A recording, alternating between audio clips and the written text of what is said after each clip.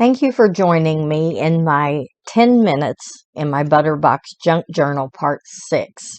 I have a playlist of these, and today we're going to finish that cover, and then we're also going to decorate some of the inside pages. So here I'm using some of that knitting that I had that I said before kind of looks like it's a little bit sandy. It's got like speckled paint on it. And I decided underneath that front booklet that I was just going to put some of this netting on there.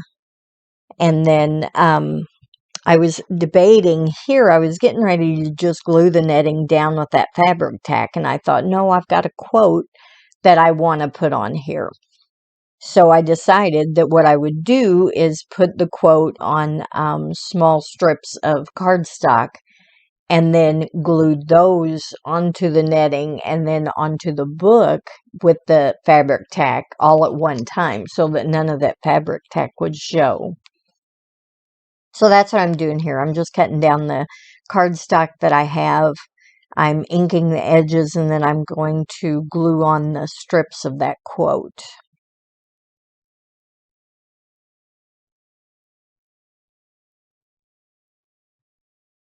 I'll be glad to get to the part where I can do some ephemera in this little thing, but it's so small that I have to remember that most of my ephemera is going to have to be pretty flat. I can't add a lot of bulk to this.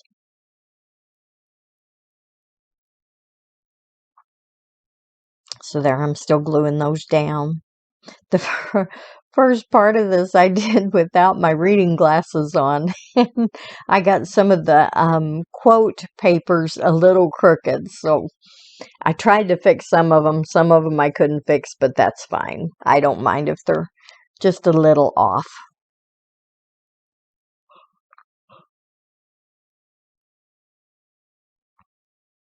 I've got this tiny little trimmer that I use for these small things like this, and I love this thing. I don't even remember where I got it from. I've probably had it 10 years, but I use that little thing all the time. So now I've put the netting, just laid it on the journal. I'm going to go ahead and ink up the ends of those strips where I had to cut them. And then using the fabric tack there, I'm going to glue them down.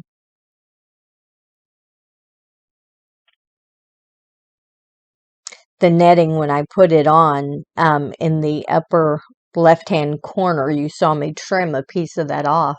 That's because I have those 4 magnets on this front cover that are holding that book on, and I didn't want to cover one of those.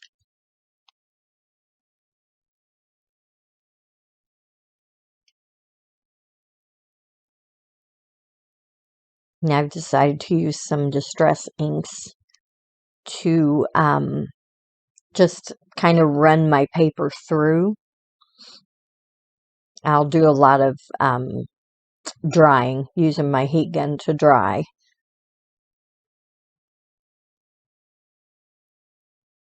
I like using the heat gun on the wet paper because it just seems like it makes it a little bit crunchy.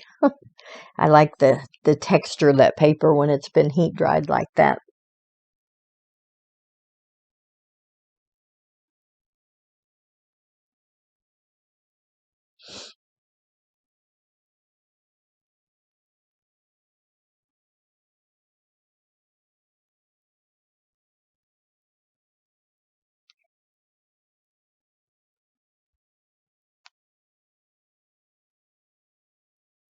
This paper that I'm using here is so thin, it's a newsprint paper, so it dries pretty quickly. I decided that I was going to add some coffee splatters to it, just to give it, a little bit of grunge.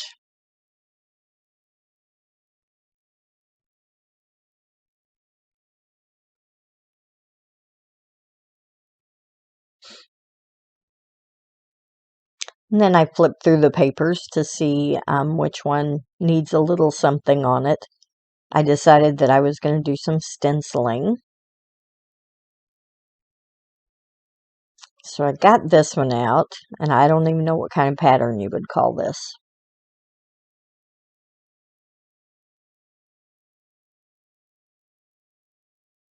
I'm first using some walnut stain and just very lightly going over that stencil. And then I get out I think that's the rusty hinge, and move the stencil so that it's in a different position, and go lightly again over with that. And then I'm using I think it's like blue jean or denim distress ink, and I'm just using it around the edges of that little piece of paper. And then the back side of it, I wanted to do something a little bit different with it, so I got out some acrylic paints, and I decided I wanted to get like almost like a turquoise greenish color. So I used some of the I think it's phthalo blue. I put it up on the screen for you to see, and then added some kind of ochre or whatever. Ochre. I don't know how you say that.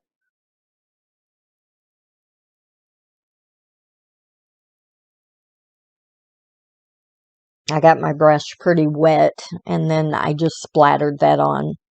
And I decided to just splatter on the other side too, because of that thin newsprint. The splatters was kind of seeping through to the other side, and I thought, well, I'll just go ahead and put some on there and make it look intentional.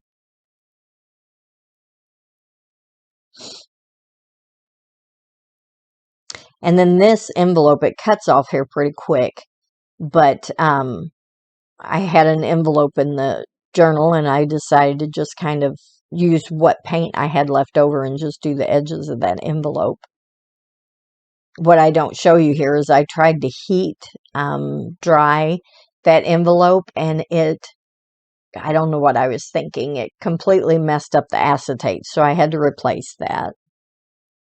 And now I've decided I have a hairbrush that I had gotten for one of my granddaughters, and she hated the thing. So I decided I had cleaned it up, and decided I was going to run it through some paint and try to like scratch paint onto the paper, see what that would look like. And it actually looked pretty good. It could have been a little bit thicker, but I thought it was kind of neat looking.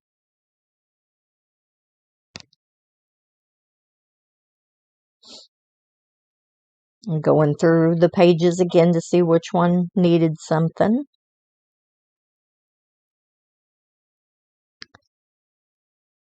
And I think that, yeah, this is the one I decided I was going to take. This is a little thicker than a tissue paper, but I had decided I was going to take this stencil and just use some of the acrylic paint I had sitting on the desk, and use my finger and just kind of do a little bit of stenciling on this thin tissue-ish paper, and it did not work out real well.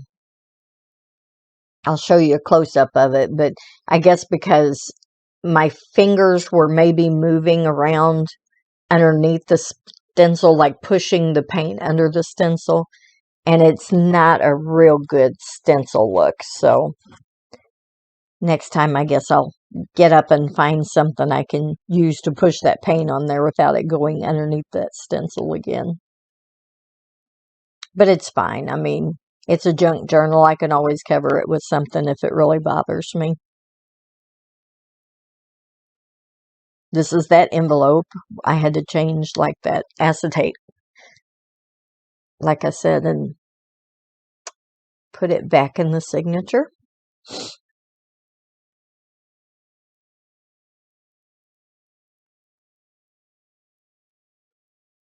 And I decided this is just a scrap paper that I use some distress oxide on.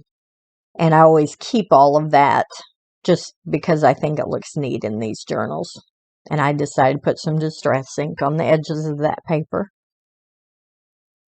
And I'm going through them again to see if there's anything else that I want to add. I decided to add a little more ink here. And then they're good. So thanks again for watching. And if you would care to subscribe and leave me a comment, I would appreciate it so much. Y'all have a good day.